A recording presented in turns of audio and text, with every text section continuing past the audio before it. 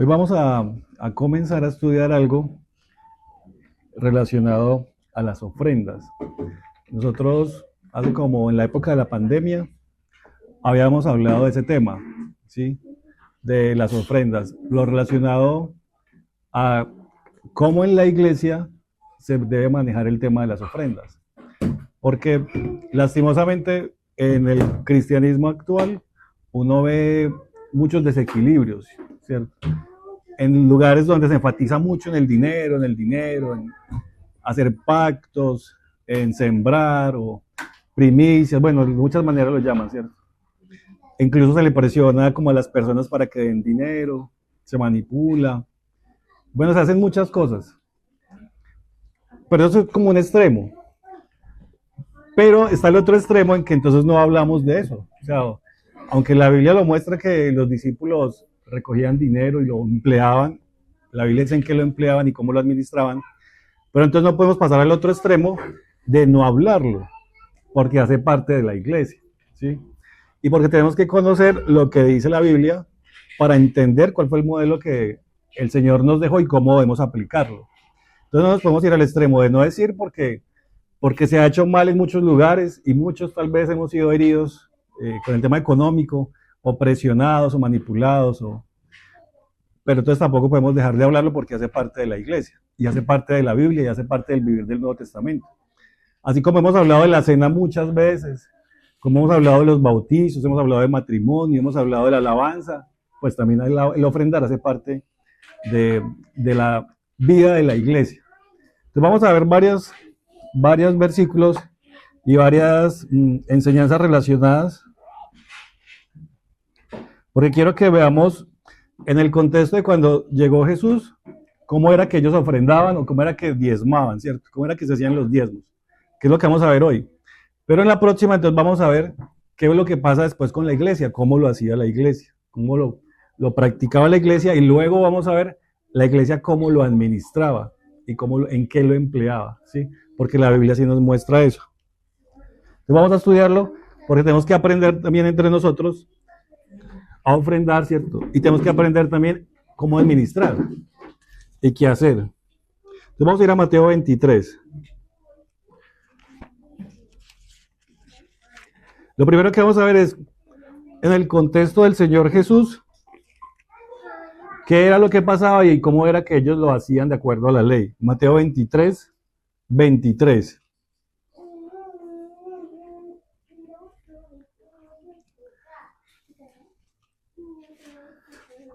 Mateo 23, 23. Está el Señor Jesús hablándole a los fariseos. Los fariseos eran una secta de la época que conocían la ley, ellos se sentían muy orgullosos de cumplirla, pero lo hacían de una manera externa, ¿sí? Y ponían niveles más altos, la ley decía una cosa, pero ellos exigían más arriba de la ley a las personas y se sentían orgullosos los que creían que la estaban cumpliendo porque el pueblo o los demás no lo hacían, ¿cierto?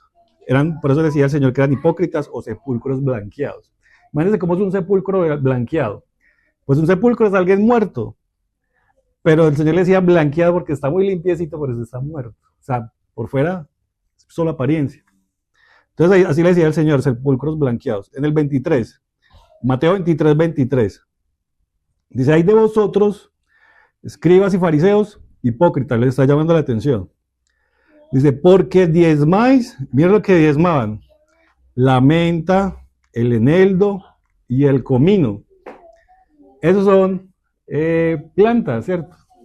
Entonces diezmaban las plantas y dejáis lo más importante de la ley, la justicia, la misericordia y la fe. Entonces ellos hacían como las obras vamos a diezmar, pero las obras de misericordia no las hacían.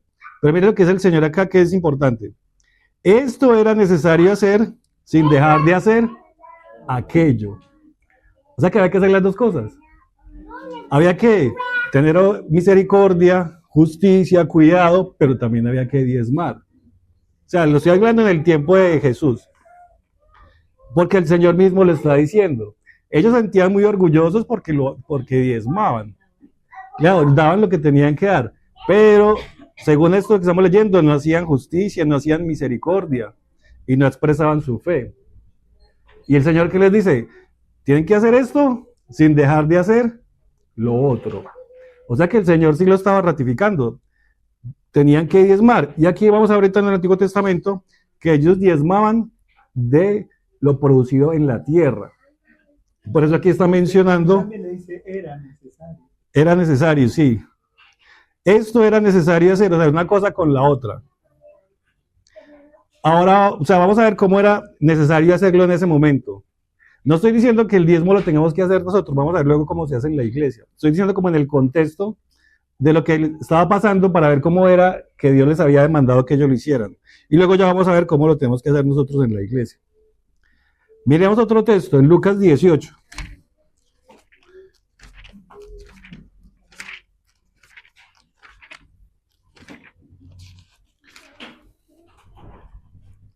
Lucas 18, verso 9.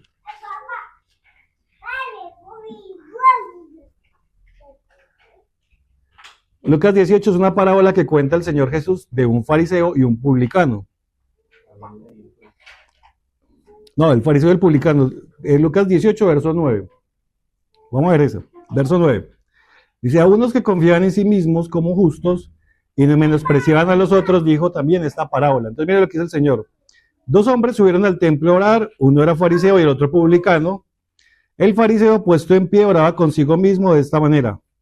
Dios, te doy gracias. Entonces mire lo que el fariseo decía de sí mismo. Te doy gracias porque no soy como los otros, ladrones, injustos, adúlteros, ni aun como este publicano.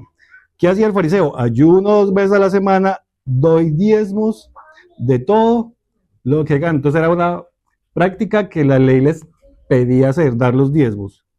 Más el publicano, estando lejos, no quería ni aun alzar los ojos al cielo, sino que golpeaba el pecho diciendo, Dios, sé propicio a mí, pecador.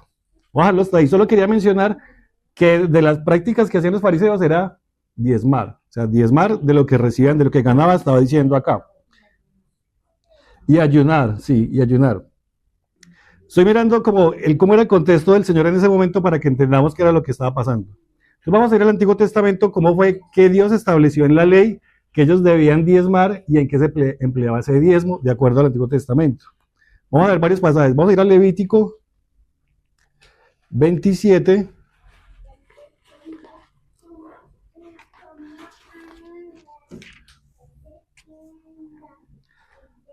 Levítico 27, verso 30.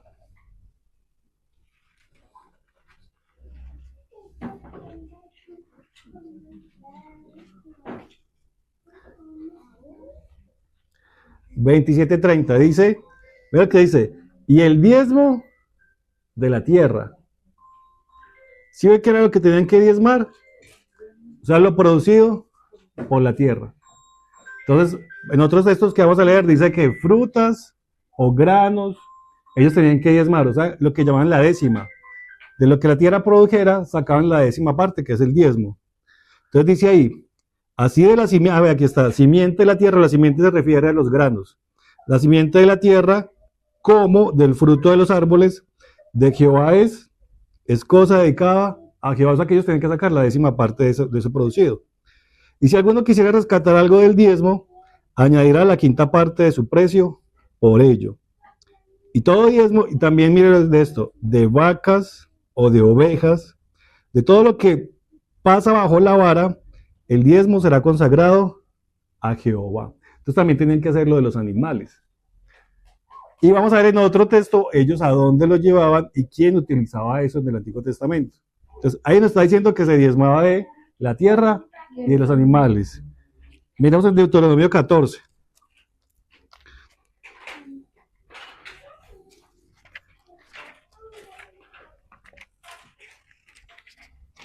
Deuteronomio capítulo 14, verso 22.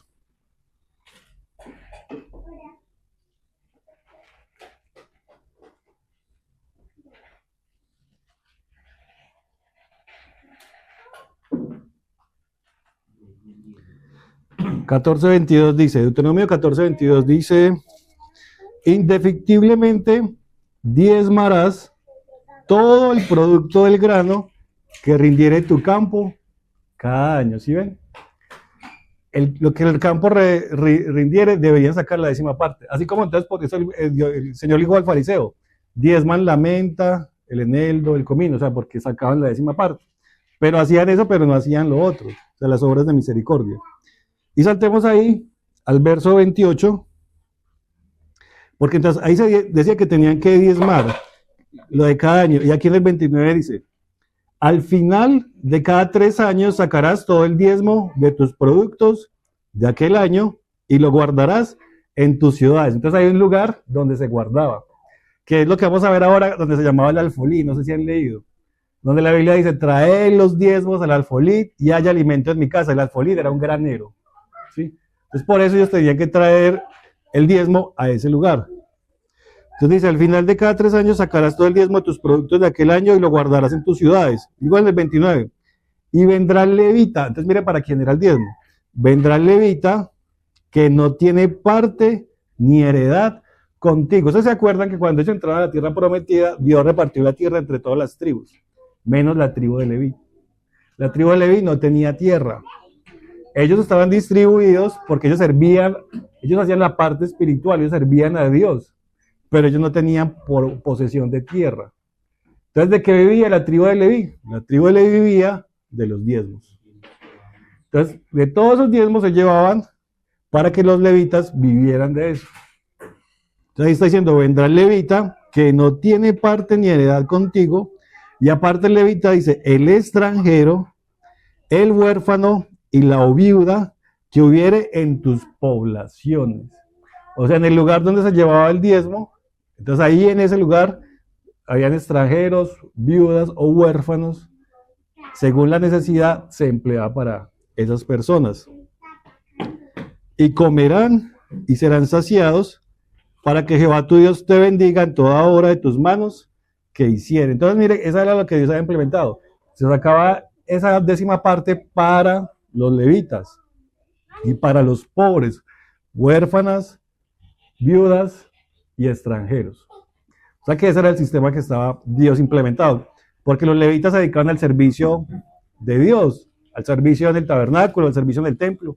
Ellos no tenían tierra, el trabajo de ellos era servir al Señor. Entonces, ¿cómo iban a comer?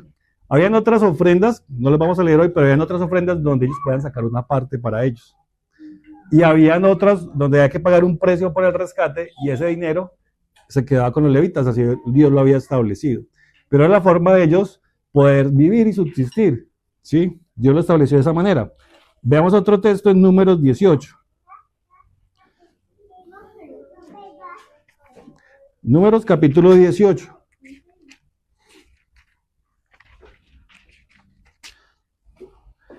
Verso 25.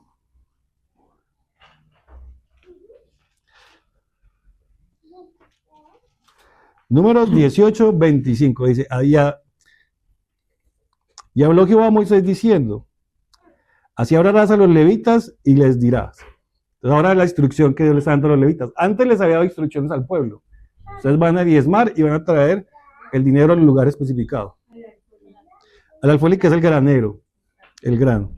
Dice el 26, así hablarás a los levitas y les dirás, entonces ahora a los levitas, cuando toméis de los hijos de Israel los diezmos que os he dado de ellos por vuestra heredad, ¿sí ven? Entonces Dios mismo les asignó los diezmos a los levitas por vuestra heredad, vosotros presentaréis de ellos en ofrenda mecida a Jehová el diezmo de los diezmos. O sea que los levitas, de acuerdo a lo que recibían, tenían que sacar la 10ª parte también, y esa 10ª parte se la entregaban a Aarón.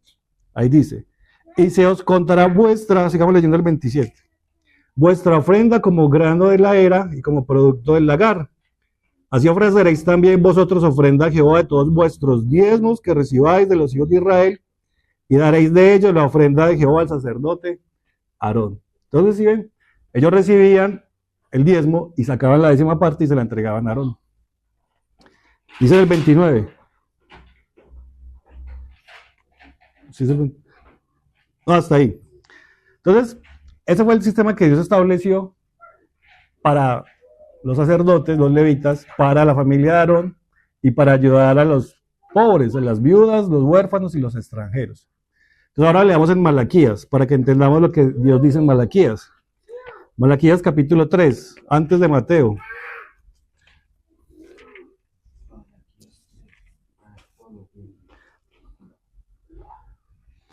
Este texto es bien conocido.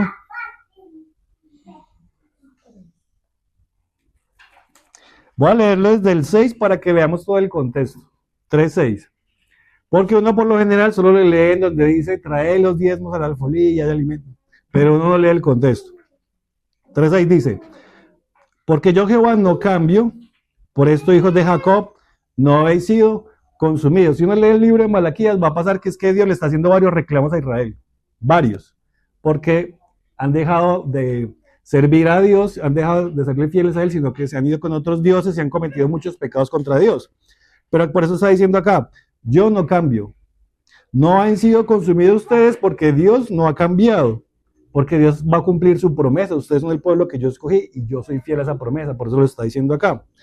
Porque yo Jehová no cambio, por esto hijos de Jacob no habéis sido consumidos. En el 7. Desde los días de vuestros padres os habéis apartado de mis leyes y no las guardasteis. ¿Sí ve? El pacto que hizo con ellos no lo han cumplido. Volveos a mí y yo me volveré a vosotros, ha dicho Jehová de los ejércitos.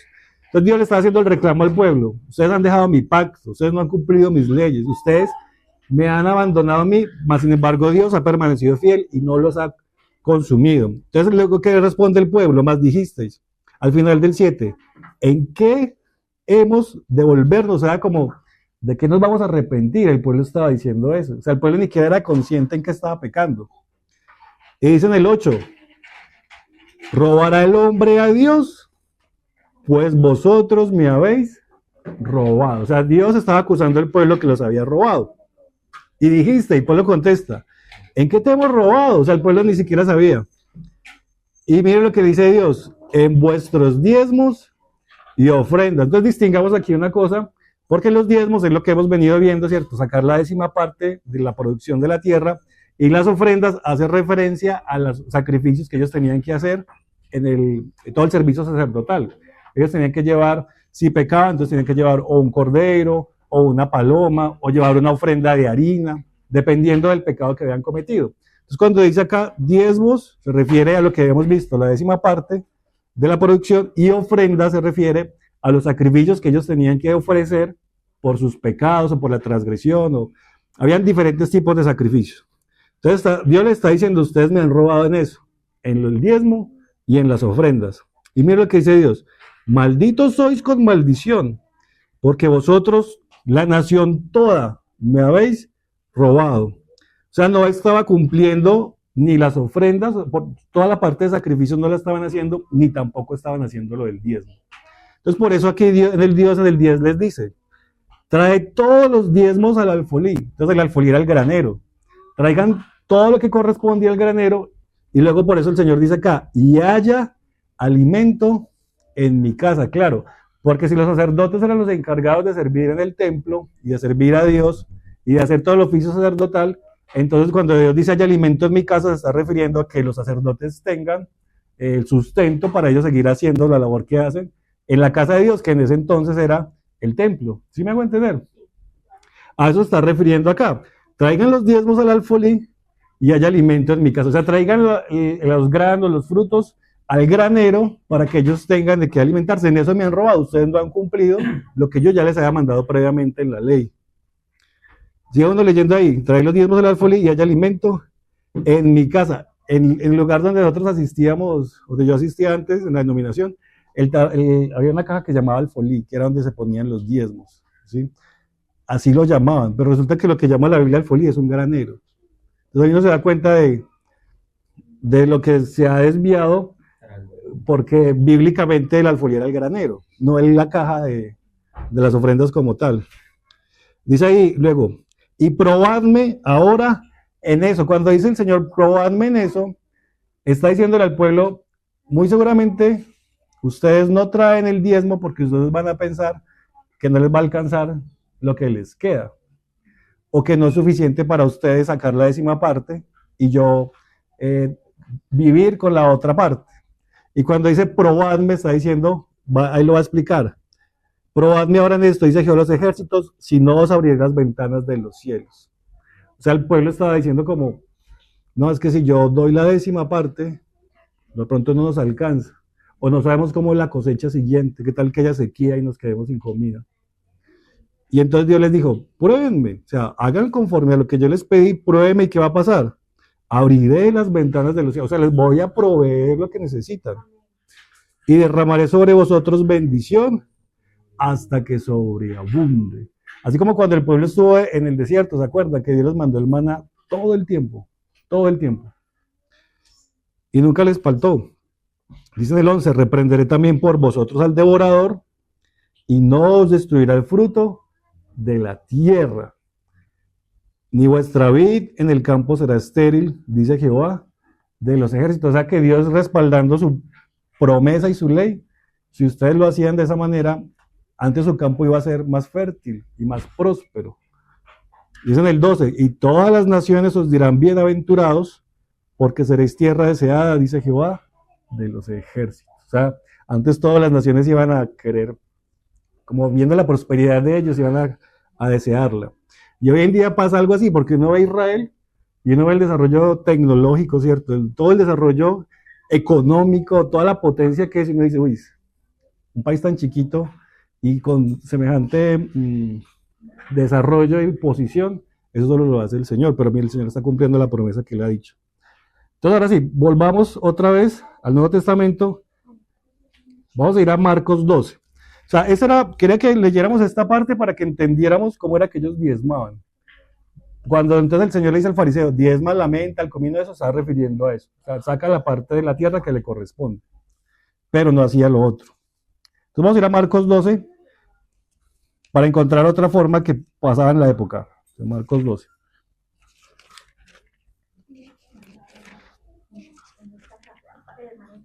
¿Sí?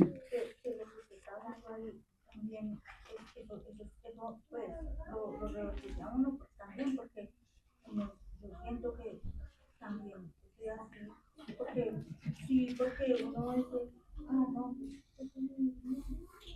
sí, de veras, uno es tacaño con el Señor, viendo que es para la iglesia y el Señor de verdad, que, o sea, uno es falta de fe, porque el Señor luego lo bendice a uno de manera completamente.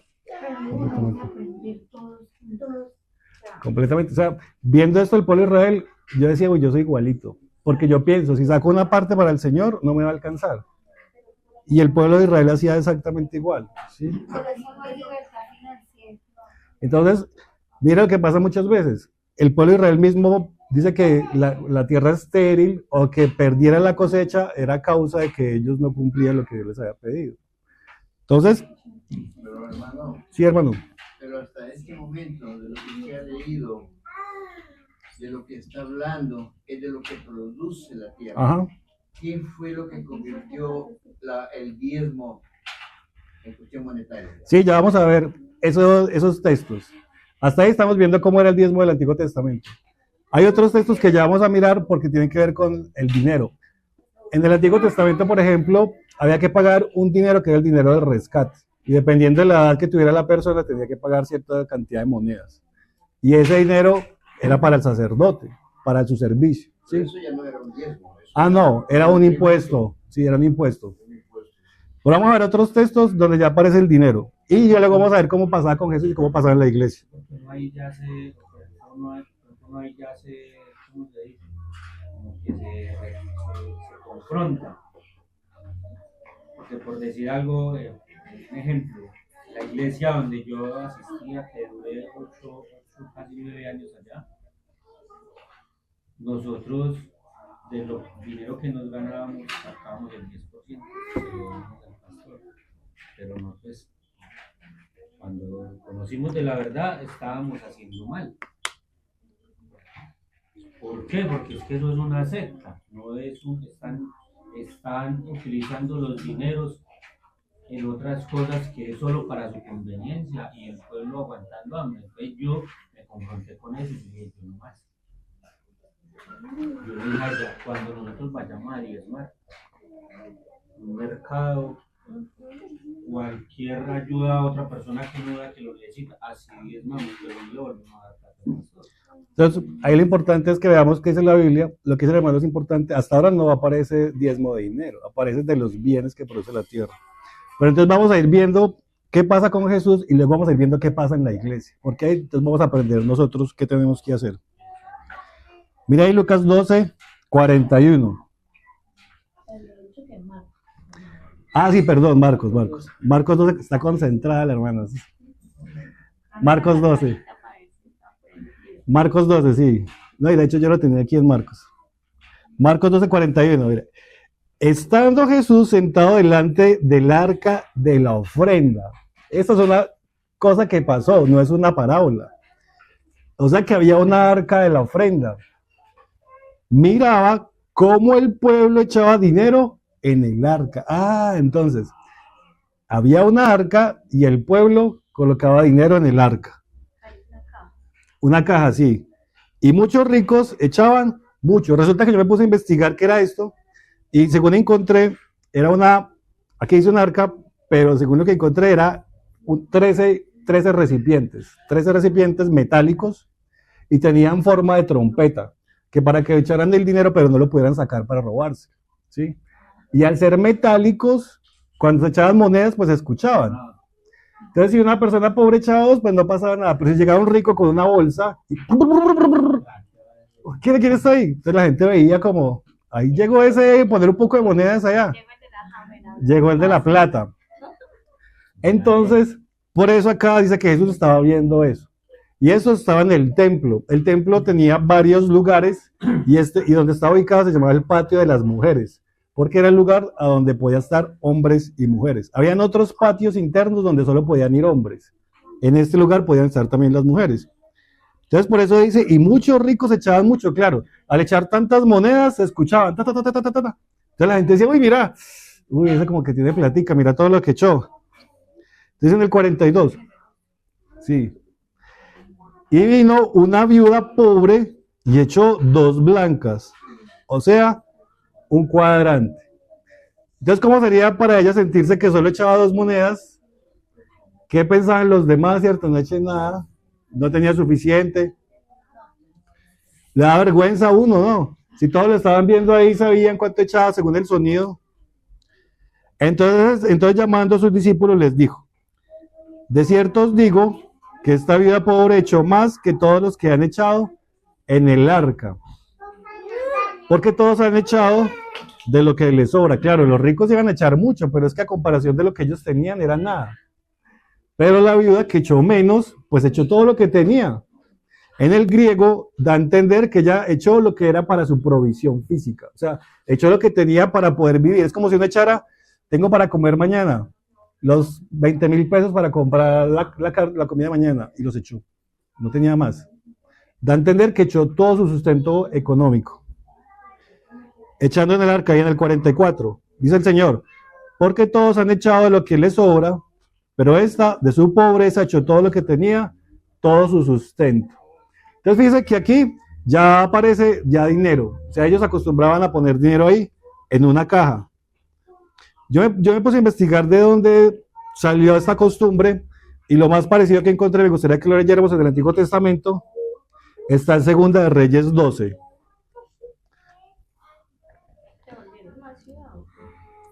Eso fue como una práctica que ellos mismos acomodaron porque no encontré en la Biblia dónde estaba esa. O sea, lo más parecido es esto que vamos a leer, pero no encontré dónde fue que ellos acostumbraron a poner esa urna ahí.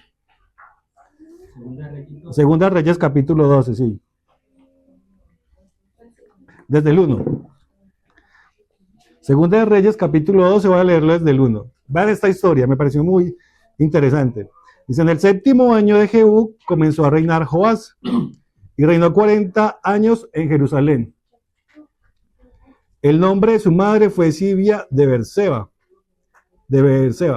Y Joás hizo lo recto ante los ojos de Jehová todo el tiempo que le dirigió el sacerdote Joaída. Con todo eso, los lugares altos no se quitaron porque el pueblo aún sacrificaba y quemaba incienso en los lugares altos.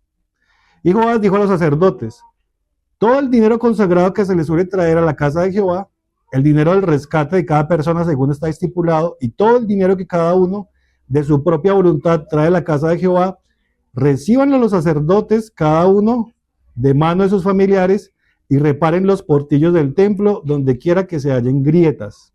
O sea, le estaba diciendo, recuerden ese dinero, pero utilicémoslo ahora para arreglar el templo porque tiene algunos daños. En el 6, pero en el año 23 del rey Joás aún no habían reparado los sacerdotes las grietas del templo. O sea, les dio la instrucción, recojan el dinero y vamos a reparar esas grietas. Pero pasaron años y ellos no lo hicieron. En el 7, llamó entonces el rey Joás al sumo sacerdote Joaída y a los sacerdotes y les dijo: ¿por qué no reparáis las grietas del templo? Ahora pues, no toméis más el dinero de vuestras familiares, sino dadlo para reparar las grietas del templo. Y los sacerdotes consintieron, entonces miren lo que hicieron acá, consintieron en no tomar más el dinero del pueblo, ni tener el cargo de reparar las grietas del templo. Mas el sumo sacerdote Joaída tomó un arca e hizo en la tapa un agujero, ¿sí ven?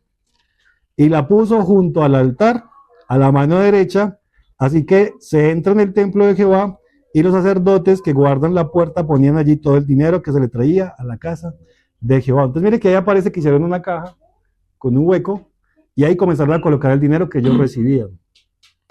En el 10, y cuando veían que había mucho dinero en el arca, venía el secretario del rey y el sumo sacerdote y contaba el dinero que hallaban en el templo de Jehová y lo guardaban. Y daban el dinero suficiente a los que hacían la obra y a los que tenían a su cargo la casa de Jehová, y ellos lo gastaban en pagar a los carpinteros y maestros que reparaban la casa de Jehová, y a los albañiles y canteros, y en compra de la madera, la piedra de cantería para reparar las grietas de la casa de Jehová, y en todo lo que se gastaba en la casa para repararla. Más de aquel dinero que se traía a la casa de Jehová no se hacían tazas de plata, ni espabiladeras, ni jofainas, ni trompetas, ni ningún otro utensilio de oro ni de plata se hacía para el templo de Jehová, porque lo daban a los que hacían la obra y con él reparaban la casa de Jehová. Y no se tomaba en cuenta a los hombres en cuyas manos el dinero era entregado, para que ellos lo diesen a los que hacían la obra, porque lo hacían ellos fielmente. Voy a dejarlo hasta ahí. Pero la historia está mostrando que había una necesidad ahí, y entonces hicieron un arca, y ahí comenzaron a recoger el dinero, y el dinero que recogían ahí lo empleaban en los mismos arreglos del templo, para pagar a las personas que trabajaban ahí, y para reunir los materiales que necesitaban para ese arreglo. En Esdras aparece que también recogieron una ofrenda para ayudar a restaurar la ciudad cuando ellos regresaron de Babilonia. Ellos estaban exiliados en Babilonia, ellos regresan a la ciudad, estaba destruida Jerusalén y recogen una ofrenda para comenzar a restaurar el templo. Es lo más cercano que encontré a de dónde salió esa arca, allá que vemos ahora donde la viuda echó el dinero, ¿sí? La viuda pobre. Entonces, eso es como lo que pasaba en la época de Jesús. Ahora quiero que veamos otro detalle. Ese fue Timoteo. ¿Cuál? Reparó el templo en Esdras. No, eso fue en la época de Nehemías. Nehemías.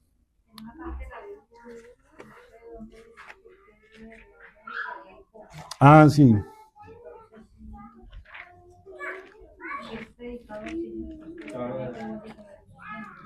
Luego vamos a leer esos textos cuando llegamos a ver cómo es en la iglesia. Vamos a ir a Lucas 8.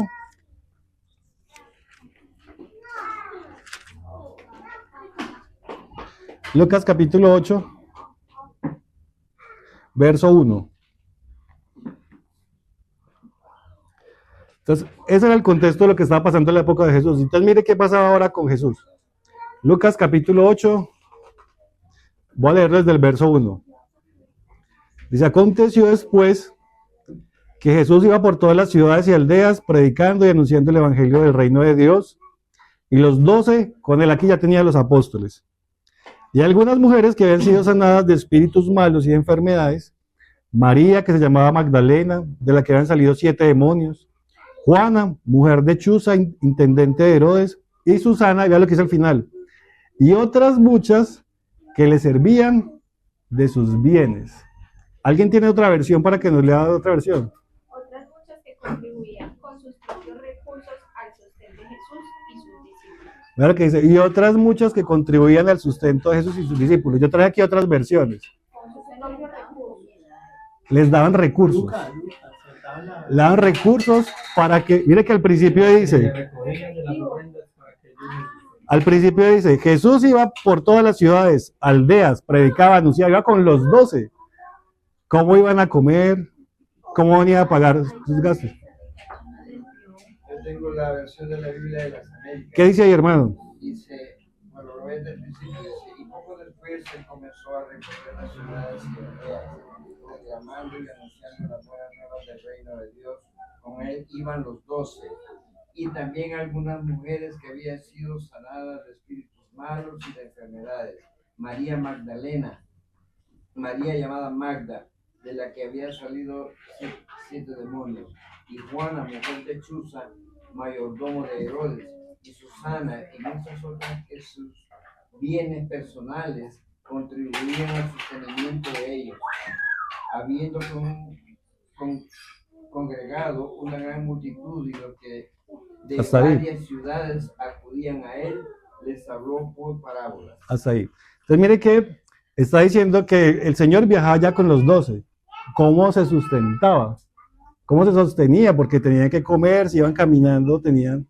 Ahí está diciendo, esas mujeres y otras daban, de acuerdo a sus recursos, daban para el sostenimiento. La versión de la hermana dice eso. Mire, yo tengo otras versiones acá. Esta versión, una traducción viviente, dice al final, y muchas otras que contribuían con sus propios recursos al sostén de Jesús y sus discípulos. Dios habla hoy, dice, y muchas otras que los ayudaban con lo que tenían. O sea que se metían la mano al bolsillo y ponían dinero para el ministerio del Señor. ¿Sí? Y eso es un detalle, mujeres. Normalmente los hombres somos más tacaños y hay que reconocerlo. Pero mire que de pronto la esposa de Chuza tenía plata. Claro. Y vean que María fue y derramó el perfume a los pies del Señor. Yo digamos que yo tengo mi trabajo, ¿cierto? Yo no me dedico a la obra completamente. Los hermanos que se dedican a la obra completamente me han dicho que son más generosas las mujeres que los varones. ¿Sí? Las mujeres normalmente sienten la necesidad y el hermano cómo está viviendo, qué necesita. Si se va atrás, uno como hombre no piensa en eso. Y uno como hombre está caño, no, que se gane la plata de él, ¿sí? Pero en cambio las mujeres son más generosas. Y mire que aquí lo dice la Biblia. Y lo que dice Sigui, la esposa de ese superintendente debía tener dinero. Y lo daban para que la obra de Jesús pudiera avanzar. O sea, si no tuvieran ese dinero, ellos cómo se iban a ir a viajar a comer y eso. ¿Sí? ¿Ustedes se acuerdan cuando el Señor se encuentra con la mujer samaritana? ¿Por qué estaba solo el Señor Jesús? Porque los discípulos se habían ido a comprar comida. O sea que tenían platica. O sea, ¿de dónde salía la plata? Pues porque estas hermanas ponían, ¿sí? La apoyaban. O como cuando estaba la multitud y el Señor ya le preguntaba, creo que fue a Felipe, ¿cómo vamos a comprar tanto pan para tanta gente? Pero ahí dice la Biblia que era para probar la fe de él. Fue cuando multiplicó los panes y los panes. Sí, hermano.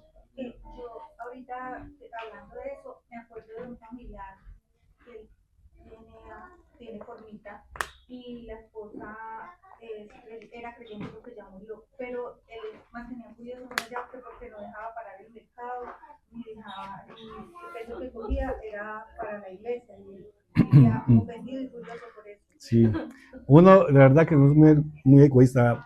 Yo conocí unos primos míos, mi primo y la esposa tenían mucha necesidad, mucha. Por ejemplo, tenían una libra de arroz. Y llegaba alguien a pedir y ella decía, nos contaba, mi esposo y yo, y el Señor somos 3. El Señor quiere a pedir. Lo divido entre 3 y le doy la tercera parte al Señor. Y no tenía más arroz. Y ella no sabía si les iba a alcanzar. Pero cada vez que alguien iba a pedir, hacía así. Es usted y nosotros 3, divide otro entre 3 y toma la tercera parte. Y lo que el Señor provea. Y yo decía, oye, yo no soy capaz de hacer eso. Yo no soy capaz, sí. Porque no es muy egoísta.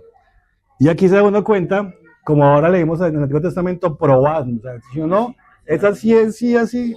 Yo todavía no. Es difícil. De uno que creo que era un profeta que fue donde una señora y ella no tenía sino una migajita de harina. Haga para mí. Elías. Coma y morimos. Ese libro lo tenía Juan Felipe. Sí. Yo me iba a trabajar. Pero, Y yo me iba a trabajar, Sí. yo mercaba. Y yo decía, mañana hago tal cosa, yo hay frijos, porque uno lleva los frijos al vez. Y la ¿sabe cuánto necesita? Sí. Dice, ¿cuánto necesitaba y cuánto había? Cuando yo llegaba No había. a hacer los frijoles por ningún lado. Y yo, ¿pero qué está pasando? Bueno, hacía lentejas. Cuando la otra vez, vamos a hacer sopa de arroz. Arroz a secar. Le habían 3 libras de una roba de arroz que llevaba. Y era que todo el que pasaba, él le daba 1 libra de arroz. Pipe le daba. Tenía corazón de Y así mujer, era Juan. bondadoso. Bondadoso. Mamá, hay que dar sí ahí. Claro. Patricia, ¿qué va a decir? Lo que yo recuerdo para un campamento que estábamos desde Anexa, Uy, sí. y solamente Alejandro llevó 2 pajitas de arroz para repartir para todos y llegaron muchos más. Y yo era, ay, Alejito, ¿qué vamos a hacer con este poquito de arroz para repartir? Y yo, no, el Señor proveerá, esto se multiplica. Y de verdad que todos comieron, el tesoro. Todo lo que es bendición del Señor. Dicen que hay que dar de lo que uno no tiene, no de lo que No de lo que son. Vea pues, Así es mi esposa, porque a mí sigamos. cada rato Sigamos. me daba todo. Ustedes saben quién era. Entonces ya vemos que en el Señor Jesús recibían donativos, o sea, recibían ofrendas para el ministerio. ¿Saben quién es el encargado de las ofrendas? Judas. Vamos a leerlo. Y usurpado, me imagino. Juan capítulo 12. Creo que tener una importancia tanto eso. Entonces, Por lo que ya tanto que le dio la plática al más. Que va a comer la plática. Juan capítulo 12, verso 4.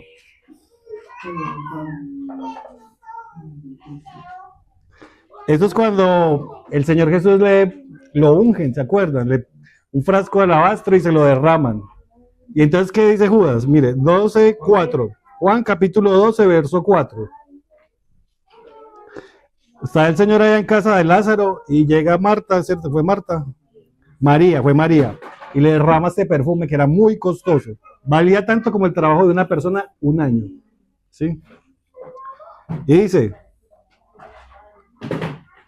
en el 4, y dijo uno de sus discípulos, Judas Iscariote, hijo de Simón, el que le había entregar. Cuando ve que derrama ese perfume, ¿qué dice Judas? ¿Por qué no fue este perfume vendido por 300 denarios y dado a los pobres? Diciendo, uy, ¿por qué derramó eso? Y más bien hubiéramos cogido esa platica y se la damos a los pobres.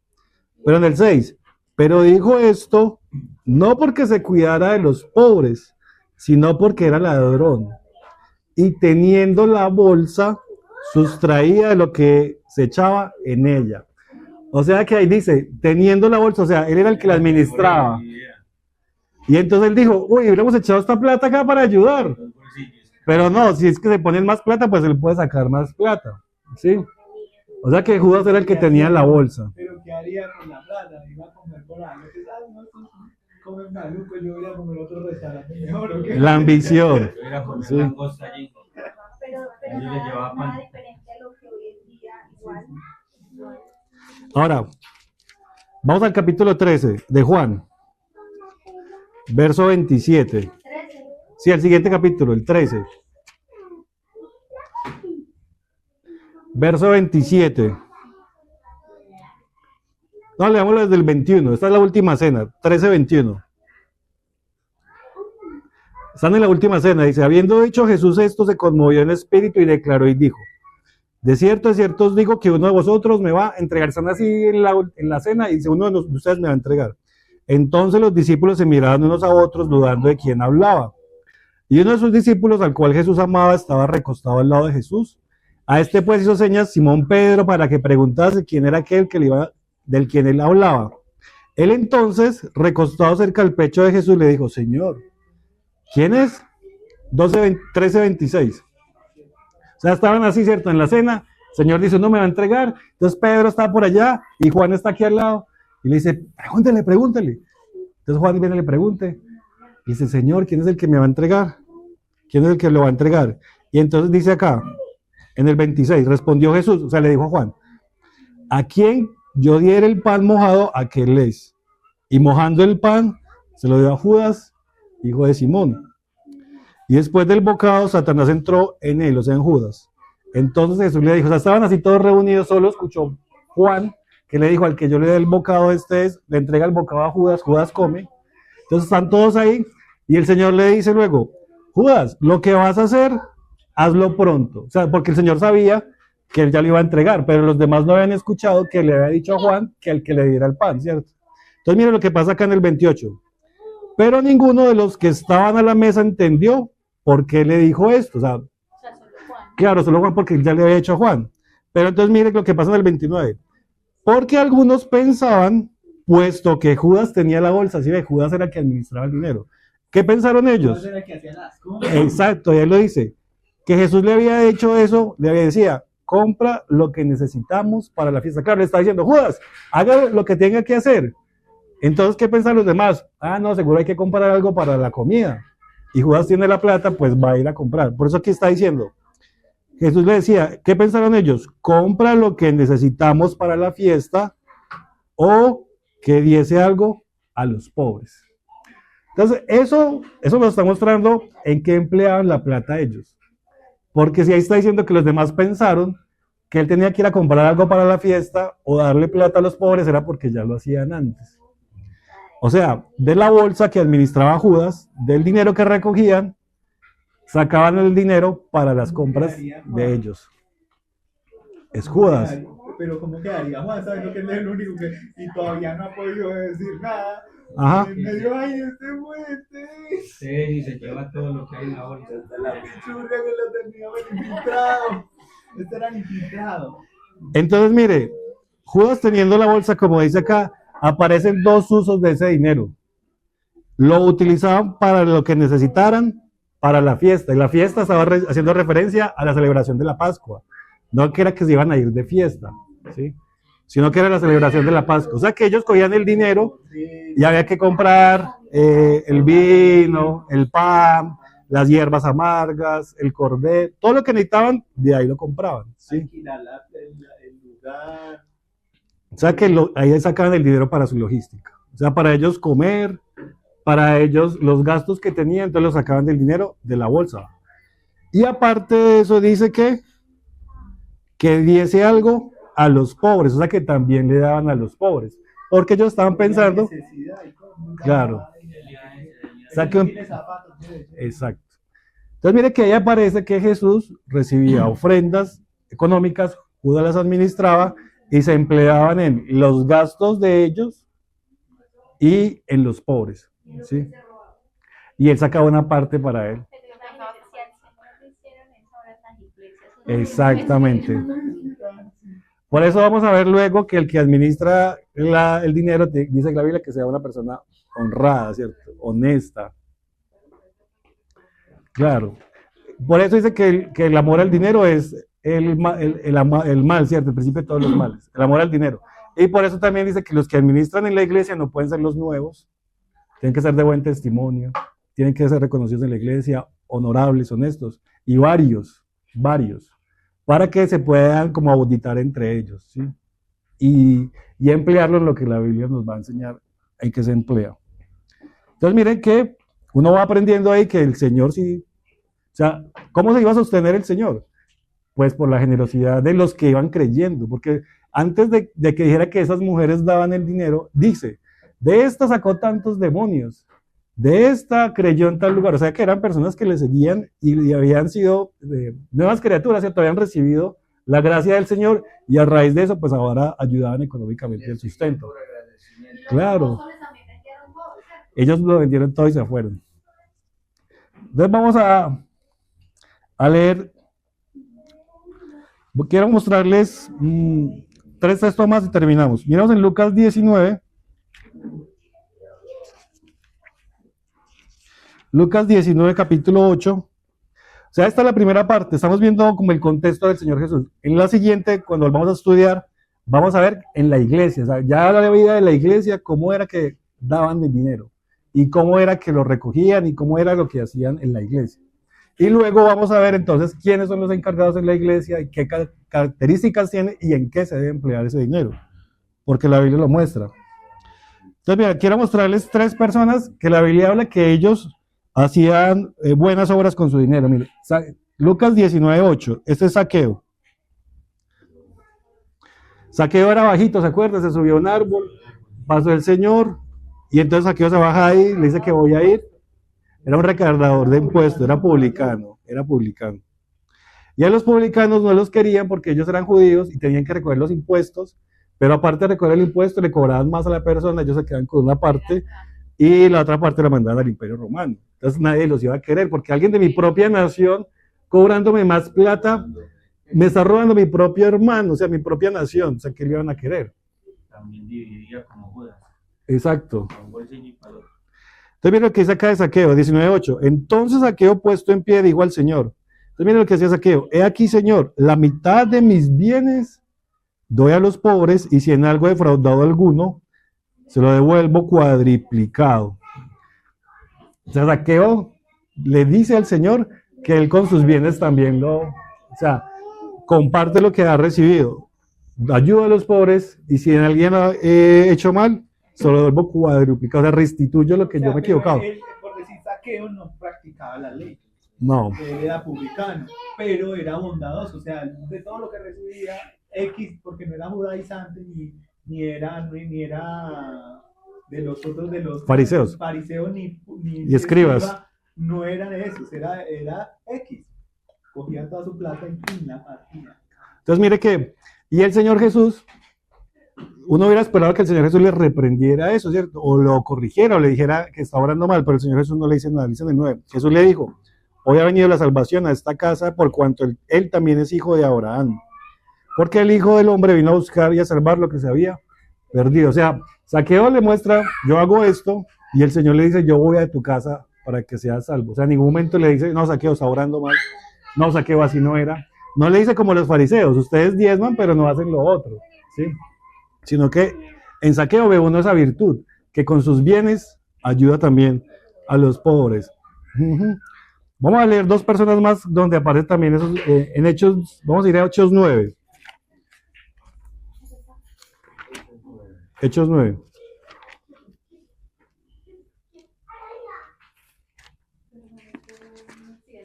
Hechos 9, verso 36. Aquí se muere una hermana que se llama Dorcas. Hechos capítulo 9, verso 36. Dice, había entonces en Jope una discípula llamada Tabita, que traducido quiere decir Dorcas. Mire cómo era esta discípula. Esta abundaba en buenas obras y en limosnas que hacía. Esos limosnas se refiere a actos bondadosos, económicos para ayudar a los pobres, ¿sí? Yo estoy buscando a qué se refería esa palabra en el griego, y es hacer obras de caridad, de beneficencia, ¿sí? Entonces, a alguien necesitado ir a ayudar. No, eso es el sentido que quiere decir. O sea, esta palabra aquí que dice limosna, se refiere a no hacer una obra de caridad, de beneficencia. Sí, económico, ¿cierto? Ayudar a los pobres, a los necesitados. A mí lo que me parece más tremendo es que esto, el Espíritu Santo lo registró como un testimonio de lo que, cómo era la hermana. Cuando ella muere acá, está diciendo, ¿cómo era esta hermana? Era abundante en buenas obras y en limosnas que hacía. O sea, era un testimonio de ella. Yo pensaba que era el Señor de mí. Ese hermano que murió, amarrado. No lo hacía de vez en cuando, lo hacía continuamente. 9:36, continuamente. 9:36. De Hechos. O sea, imagínense que era el Señor de uno, ¿cierto? Era muy buena gente, era muy amable el hermano, pero tacaño, ¿sí? Y eso nos tiene que llevar a nosotros a entender, primero, de que lo que hemos recibido es gracia del Señor, o sea, lo que tenemos. Y como dice la Biblia, somos administradores de lo que Él nos ha concedido. Entonces deberíamos decirle, Señor, somos mayordomos. ¿Qué quieres que haga con esto? O sea, ¿cómo quieres que lo emplee? Y vamos a leer el último versículo de Cornelio, ahí en Hechos 10, en el siguiente capítulo de Hechos. Hechos 10, verso 1 y 2. Mira el testimonio de Cornelio. Había en Cesarea un hombre llamado Cornelio, centurión de la compañía llamada La Italiana. Mire cómo era Cornelio, en el 2. Piadoso y temeroso de Dios con toda su casa, y que hacía muchas limosnas al pueblo y oraba a Dios siempre. ¿Sí ven? En el testimonio que dan de él, que oraban, hacía testimonio y que siempre hacía limosnas al pueblo. En el 3. Dice, este vio claramente en una visión como la hora novena del día, que un ángel de Dios entraba donde él estaba y le decía, Cornelio. Mire lo que dice el ángel.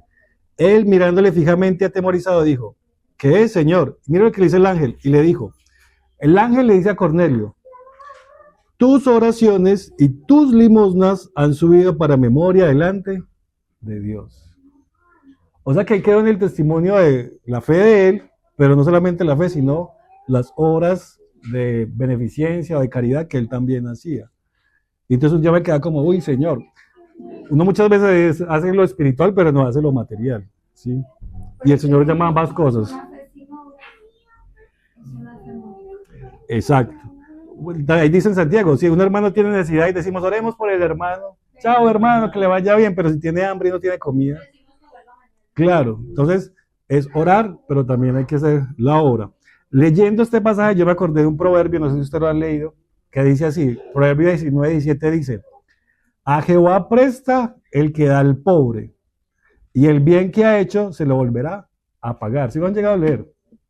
Dice, a Jehová presta el que da al pobre. O sea, ayudar al pobre es como si estuviéramos prestándole a Dios, y Él va a pagar. Como también el verso que dice, lo que hiciéramos por uno de sus hijos, a él lo hacen. Tal cual, tal cual. Entonces vamos a